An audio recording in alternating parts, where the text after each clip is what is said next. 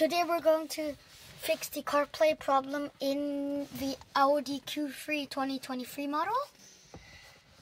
Right now there is no internet after connecting to the car, even though there is LTE.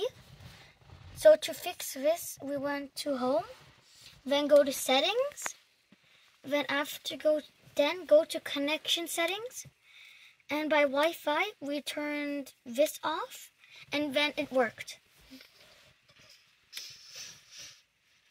So now if I connect here, now we connected it, and now